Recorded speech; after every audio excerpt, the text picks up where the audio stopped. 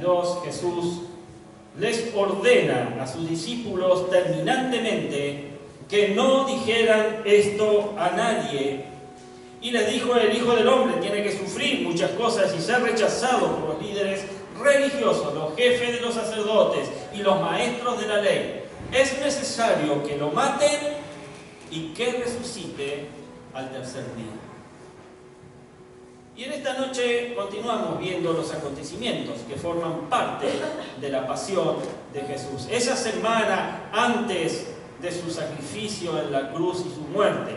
Todos aquellos acontecimientos que ocurrieron antes de la crucifixión del Señor, en los cuales, como iglesia, como cristianos, podemos encontrar mensajes muy importantes para nuestra vida y para la iglesia de hoy. En los mensajes anteriores les he hablado de 6 acontecimientos de la pasión de Jesús. La entrada triunfal de Jesús a Jerusalén, no sé cuántos la recuerdan, la limpieza del templo, la maldición de la higuera estéril, la unción de Jesús en Betania, y el domingo pasado les hablé de la traición de Judas y de la última cena. Ahora vamos a ver entonces este día miércoles los mensajes que encontramos en otros 2 de los acontecimientos de la pasión de nuestro Señor Jesucristo. ¿Están listos? Amén. El 7º acontecimiento es cuando Jesús ora en Getsemaní. Marcos 14, 32, 42 nos dice: fueron a un lugar llamado Getsemaní y Jesús dijo a sus discípulos: siéntense aquí mientras yo oro. Se llevó a Pedro, a Santiago y a Juan y comenzó a sentir temor y angustia. Es tal la angustia que me invade que me siento morir, dijo. Quédense aquí y manténganse despiertos. Yendo un poco más allá, se postró en tierra y empezó a orar. Que de ser posible no tuviera él que pasar por aquella hora. Decía: Abba, Padre, todo es posible para ti. No me hagas beber este trago amargo, pero no sea lo que yo quiero, sino lo que tú quieres. Luego volvió a sus discípulos y los encontró dormidos. Simón dijo a Pedro: ¿estás dormido? ¿No pudiste mantenerte despierto ni una hora? Permanezcan despiertos y oren para que no caigan en tentación. El espíritu está dispuesto, pero el cuerpo es débil. Y una vez más se retiró e hizo la misma oración. Y cuando volvió otra vez los encontró dormidos, porque se les cerraban los ojos de sueño. No sabían qué decirle. Al volver por tercera vez les dijo: ¿siguen durmiendo y descansando? Se acabó. Ha llegado la hora. Miren al Hijo del Hombre. Va a ser entregado en manos de pecadores. Levántense, vámonos. Ahí viene el que me traiciona. Qué triste este episodio en la vida de nuestro Señor Jesucristo. Triste por un lado porque Él sabía con lo que se iba a enfrentar. Y triste por el lado de los discípulos que se dormían. Los llevó allí para hacerle soporte, para darle quizás esa fuerza que en su angustia Jesús y en su temor por lo que se le venía iba a padecer, y ellos se durmieron. Dentro de la semana de la pasión de nuestro Señor Jesucristo, el jueves fue el día más cargado de actividades, lleno de angustia ese día, lleno de aflicción y lleno de enseñanzas para sus discípulos. ¿Cuántos de nosotros hemos tenido un día en donde parece que todo no nos sale, que nos angustiamos, que nos toma la aflicción? Ese día fue el jueves para nuestro Señor. Ese día Jesús tomó la última cena con sus discípulos. Ese día Jesús les dio la gran lección de servicio, lavándole los pies. Ese día Jesús les dio el nuevo mandamiento del amor, diciéndoles que os améis unos a otros como yo os he amado. ya no es como el antiguo mandamiento, amar a mi prójimo como a mí mismo, sino amar a mi prójimo como Dios me ha amado a mí. Difícil, ¿verdad? Y nos demostró su amor lavando los pies de aquel que le iba a entregar, porque Judas estaba allí, como vimos el domingo, sentado a la mesa del Señor. Pero ese día también Jesús se preparó en oración delante de su Padre Celestial para enfrentar la hora que venía sobre Él y beber la copa que tendría que beber para pagar por vos, por mí, por cada uno de nosotros el precio de nuestra salvación y de nuestra redención. El verso 35, 36, yendo un poco más allá, se postró en tierra y empezó a orar, que de ser posible no tuviera el que pasar por aquella hora. Decía: Abba, Padre, todo es posible para ti, no me hagas beber este trago amargo, pero no sea lo que yo quiero, sino lo que quieres tú. Había llegado su hora, él lo sabía. Es decir, había llegado el momento en donde él debía cumplir por completo el propósito por el cual había venido a este mundo: salvar lo que se había perdido. Tenía que beber la copa de la ira de Dios, la copa del juicio de Dios, del castigo de Dios, del enojo de Dios sobre su vida, porque él cargaría sobre sí mismo los pecados de todos nosotros. Y no es casualidad que el nombre Getsemaní significa prensa de aceite o prensa de olivo. Ese es el significado de la palabra Getsemaní. En ese lugar y en ese momento, el olivo verdadero estaba siendo oprimido por nuestras culpas, por nuestros pecados y por el juicio de Dios que sería derramado sobre el mismo Jesús en la cruz.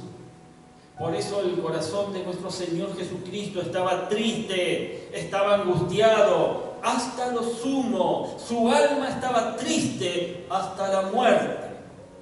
¿Te has sentido así alguna vez? Pues yo creo que no. En ese momento de aflicción, en ese momento de angustia, nuestro Señor Jesús dijo en el verso 36, Abba, Padre, todo es posible para ti. Él tenía la seguridad de que si Dios quería, le iba a evitar lo que se le venía.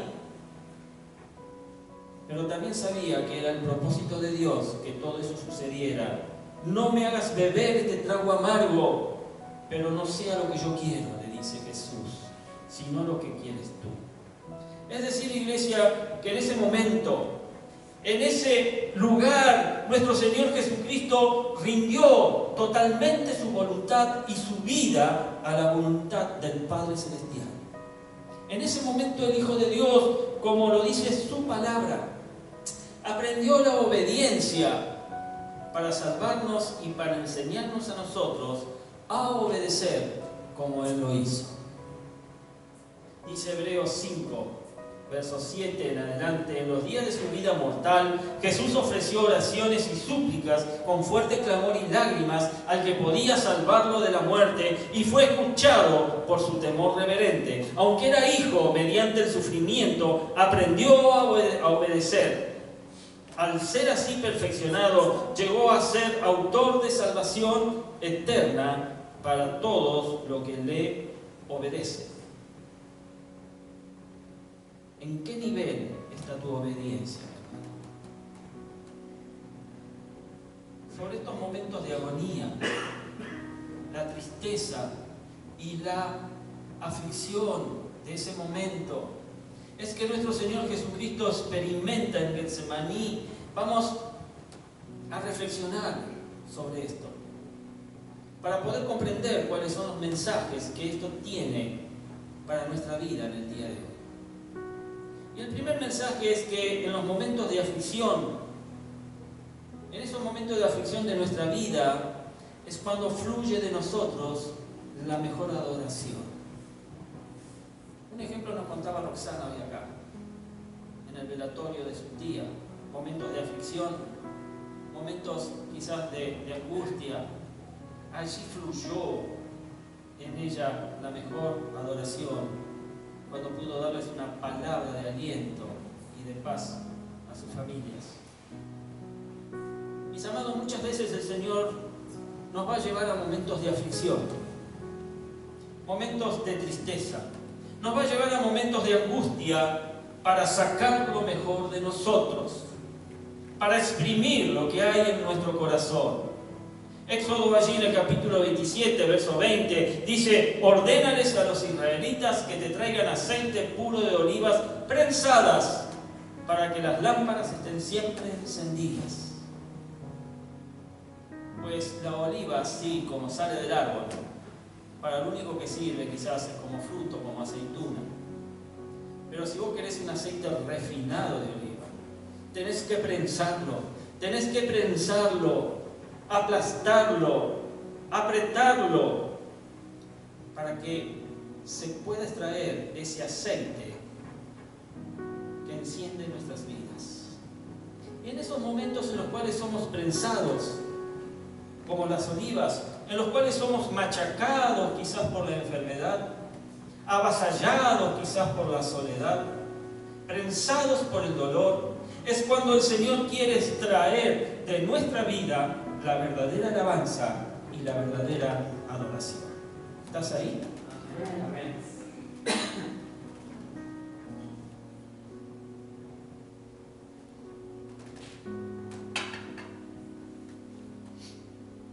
El segundo mensaje es que tenemos que aprender a ser obedientes hasta someter nuestra voluntad a la voluntad del Señor. Jesús habló con su Padre Celestial y lo hizo de manera confianzuda, con confianza. Y él sabía que todas las cosas le eran posibles para su Padre. Pero fue obediente para aceptar la voluntad del Padre Celestial, aunque ésta no le gustara, para cumplir el plan redentor que había sido hecho desde la fundación del mundo. Y estando en la condición de hombre, se humilló a sí mismo, haciéndose obediente hasta la muerte y muerte de cruz, dice la Biblia allí en la carta a los Filipenses. Y nosotros tenemos en Dios un Padre amoroso. ¿Sabías eso? Un Padre que cuida de nosotros.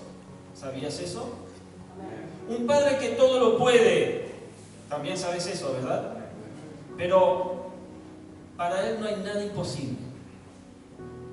Pero tenemos que ser obedientes a su voluntad. Y aprender como lo hizo nuestro Señor Jesús. Aprender a aceptar la voluntad de Dios para nuestra vida y someternos a ella con fe. Aunque no nos guste o no entendamos de qué se trata. Humillándonos a nosotros mismos y obedeciendo lo que Dios ha dispuesto para cada uno de nosotros. Amén. El octavo acontecimiento de ese día fue la negación de Pedro. Vaya este Pedro, ¿no? ¿Cuántos de ustedes me hacen acordar de ese Pedro? Y a Pedras. En Marcos 14, 66 en adelante dice: mientras Pedro estaba abajo en el patio, pasó una de las criadas del sumo sacerdote. Cuando vio a Pedro calentándose, se fijó en él. «Tú también estabas con ese nazareno, con Jesús», le dijo ella. Pero él lo negó. «No lo conozco, ni siquiera sé de qué estás hablando».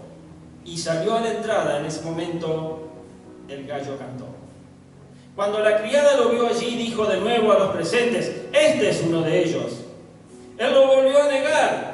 Poco después, los que estaban allí dijeron a Pedro: «Seguro que eres uno de ellos, pues eres Galileo». Él comenzó a echarse maldiciones. «No conozco a ese hombre del que hablan», juró. Al instante el gallo cantó por segunda vez. Pedro se acordó de lo que Jesús le había dicho: «Antes de que el gallo cante por segunda vez, me negarás 3 veces», y se echó a llorar. Qué momento, ¿no? En este contexto, uno de los momentos más tristes de la vida del apóstol Pedro. El momento en el cual niega no solamente una vez al Señor, sino 3 veces, afirmando que ni siquiera lo conocía. En el Evangelio de Juan se nos dice que Pedro también negó ser su discípulo. Estaba pues Pedro en pie calentándose y le dijeron: ¿no eres tú de sus discípulos? Él negó y dijo: no lo soy. Aparentemente Pedro había fracasado como amigo y como discípulo del Señor. Y seguramente Pedro pensó que para él ya no habría oportunidad para seguir en la obra para la cual el Señor lo había escogido, para la cual el Señor lo había llamado. Su corazón estaba tan lleno de tristeza que después de negar al Señor, dice la Biblia, que Pedro salió y lloró amargamente. Pedro era uno de los 12 apóstoles. Esos 12 hombres, uno de esos 12 hombres elegidos por Jesús, llamados por Jesús a seguir. Aprendió con él. Pedro caminó con él. Pedro escuchó las enseñanzas y vio las maravillas que Jesús hizo. Aún le curó la suegra. Quizás por eso lo recuerdo. Él vio las maravillas que Jesús hizo, pero aún así lo negó. Y eso debe hacernos reflexionar que también nosotros, mis amados, debemos cuidarnos para nunca negar a Jesús como lo hizo Pedro. Pues tenemos que saber que cada persona que niega a Cristo, tarde o temprano, va a terminar llorando amargamente por haberlo hecho. ¿Cuáles son los mensajes que encontramos para nuestra vida en este acontecimiento tan triste para Pedro y para nuestro Señor Jesucristo? Y el primer mensaje es que, por supuesto, tenemos que cuidarnos de poner la mirada en las cosas del mundo. Ojo con poner la mirada en las cosas del mundo y no ponerlas en las cosas de Dios. Mateo 16, 21, 23 dice: desde entonces comenzó Jesús a advertir a sus discípulos que tenía que ir a Jerusalén y sufrir muchas cosas a manos de los líderes religiosos, de los jefes de los sacerdotes y de los maestros de la ley. También que era necesario que lo mataran y que al tercer día resucitara. Pedro lo llevó aparte y comenzó a reprenderlo. De ninguna manera, Señor, esto no te sucederá jamás. Jesús se volvió y dijo a Pedro: aléjate de mí, Satanás. Quieres hacerme tropezar. No piensas en las cosas de Dios, sino en las cosas de los hombres. Pedro terminó negando a Jesús. ¿Saben por qué? Porque no había comprendido, no había entendido aún todo el propósito espiritual que tenía la muerte de Jesús, que también lo incluía a él para salvarlo. Y es lamentable cuando muchos cristianos terminan negando al Señor, porque no ponen la mirada en el propósito de Dios, en lo que Dios tiene para ellos, lo que Dios tiene para sus vidas, sino que la vida de estas personas está enfocada en las cosas del mundo, en los afanes de la vida, y por eso descuidan su comunión con el Señor.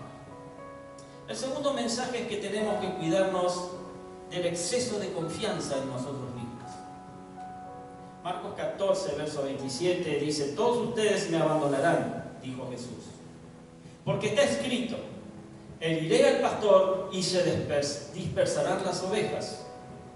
Pero después de que yo resucite, iré delante de ustedes a Galilea. Aunque todos te abandonen, yo no, declaró Pedro.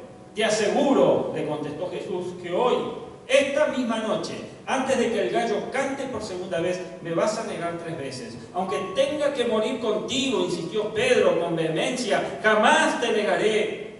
Y los demás dijeron lo mismo. Leemos que también todos dijeron lo mismo. El Señor les dijo que esa noche todos se iban a escandalizar de Él. Pero Pedro, con mucha seguridad, afirmó: todos se escandalizarán, pero yo no lo haré. El Señor le dijo a Pedro que esa noche Él lo negaría 3 veces. Pero Pedro, muy seguro de sí mismo, dijo: aunque tenga que morir, no te voy a negar.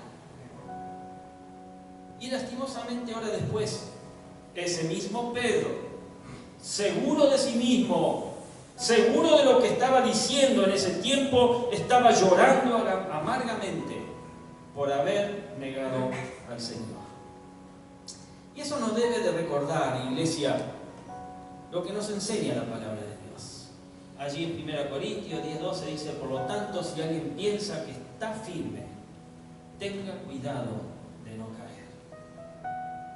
No podemos caer en el error del exceso de confianza en nosotros mismos. Esa confianza que a veces nos sentimos tan seguros de algo que nos lanzamos y la pileta está vacía. Ese exceso de confianza de llegar a pensar que todos los que dejan de congregarse poco a poco se van a ir enfriando espiritualmente. Pero claro, no, a mí no me va a pasar. A mí no me pasará. Que nosotros sí podemos jugar con el pecado y no terminar enredados, que a diferencia de otros, nosotros sí podemos dedicarnos a la vida mundana, caminar con un pie del lado del mundo y con un pie del lado de Cristo, y no nos alejaremos del Señor. ¿Sabes? Yo tenía esa confianza en mis primeros años en la iglesia. Y me di cuenta de que realmente era un exceso de confianza que me llevaba por mal camino. El tercer mensaje es que no tenemos que descuidar nuestra comunión con Dios. Marcos 14, 35, 38 dice: yendo un poco más allá, se postró en tierra y empezó a orar, que de ser posible no tuviera él que pasar por aquella hora. Decía: Abba, Padre, todo es posible para ti, no me hagas beber este trago amargo, pero no sea lo que yo quiero, sino lo que tú quieres. Luego volvió a sus discípulos y los encontró dormidos. Simón, dijo a Pedro, ¿estás dormido? ¿No pudiste mantenerte despierto ni una hora? Permanezcan despiertos y oren para que no caigan en tentación. El espíritu está dispuesto, pero el cuerpo es débil. Unas horas antes de que Pedro negara al Señor 3 veces, él tuvo la oportunidad de prepararse espiritualmente. Estoy hablando de Pedro. De fortalecerse en Dios por medio de la oración. Pero en lugar de orar, Pedro se durmió. El Señor, cuando los encontró durmiendo, les recordó una verdad que los cristianos no debemos olvidar nunca. Y esa verdad es que el espíritu está dispuesto, pero la carne es débil.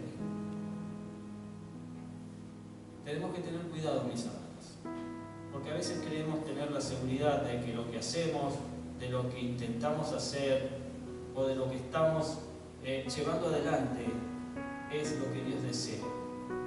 Pero muchas veces no es así.